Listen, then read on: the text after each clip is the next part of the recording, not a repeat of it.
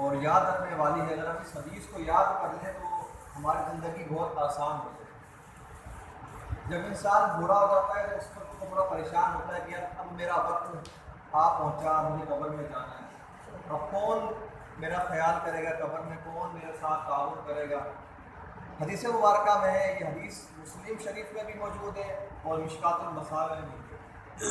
حدیث پاک کیا ہے؟ نبی کریم صلی اللہ تعالی علیہ وسلم نے ارشاد فرمایا کہ جب بندہ دنیا سے رخصت ہوتا ہے، جب بندے کا انتقال ہو جاتا ہے تو اس کے نیکیوں کا جو سلسلہ ہوتا ہے وہ ختم ہو جاتا ہے۔ جو نمازیں پڑھ لی، جو نیک کام کر لیے کر لیے۔ قبر میں کسی چیز کا اس کو فائدہ نہیں ہوتا کہ وہ نماز پڑھ لے یا نیک کام کر لے، لیکن میرے نبی کریم صلی اللہ علیہ وسلم نے ارشاد فرمایا 3 اعمال ایسے ہیں کہ بندہ قبر میں بھی چلا جاتا ہے، اس کا ثواب اس بندے کو قبر میں ملتا رہتا ہے۔ سبحان اللہ۔ صحابہ کرام علیہ رضوان نے عرض کی کہ یا رسول اللہ وہ 3 کام کون سے ہیں جو قبر میں بھی اس کا ثواب پہنچتا رہتا ہے؟ تو نبی کریم صلی اللہ علیہ وسلم نے ارشاد فرمایا صدقہ جاریہ۔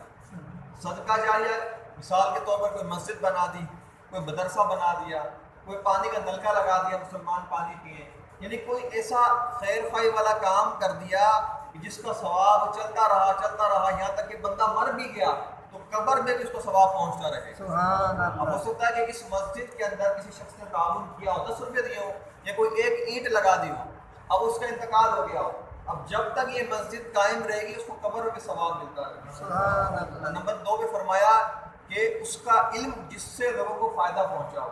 مثال کے طور پر کوئی عالم تھا، اس نے علم پھیلایا، اپنا علم پھیلانے کے بعد اپنے شاگرد بنائے، خود انتقال کر گیا، اس کے بھی آگے شاگرد، اس کے بھی آگے شاگرد، خود وہ قبر میں چلا گیا لیکن وہ اس کا علم پھیل رہا ہے تو اس کو قبر میں اس کا ثواب ملتا رہتا ہے۔ اور فرمایا تیسرے نمبر پر نیک اولاد، اگر انسان کی اولاد نیک ہے اور خود وہ قبر میں بھی چلا گیا تو اس نیک اولاد کا جو ثواب ہوگا وہ اس کو قبر میں ملتا رہے گا۔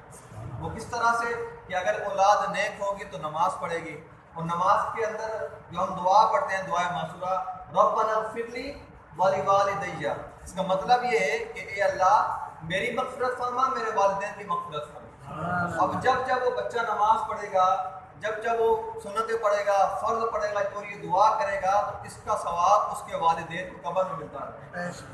تو یہ 3 کام اگر ہم کر لینا، پہلا کام کیا کرنا ہے کہ کوئی ایسا کام ہو، لازمی نہیں کہ پوری مسجد بنائے، ہم میں طاقت نہیں ہے، جتنی طاقت ہے اتنا مسجد کے ساتھ تعاون کر لیں ہم۔